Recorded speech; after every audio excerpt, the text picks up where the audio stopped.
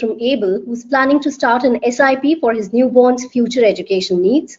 Abel wants an SIP in both a multi-cap as well as an aggressive hybrid fund, amounting to a total of 6,000 rupees a month, which he plans to increase yearly by 10%. He's asked for your advice on this, Ashutosh. Well, children are God's gift, but an expensive gift, isn't it?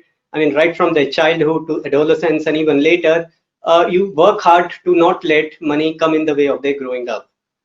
Now, specific to child education as a goal, there are a couple of unique things about it. One is it is very difficult to precisely estimate how much money would be good enough because you don't know at this point in time what would be the career option that the child would choose.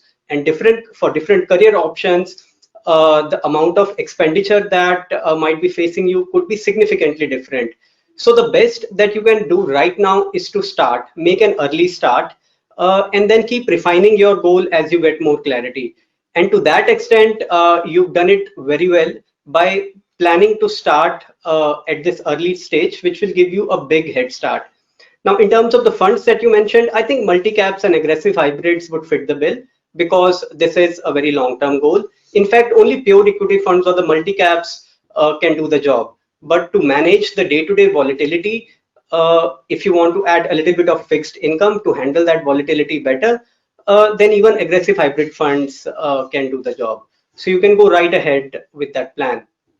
Now, the other important aspect about children and money is, although it's very early for you to be doing that, but just for the benefit of our other viewers, it is very important to give your children those early lessons in finance which formal education would not teach.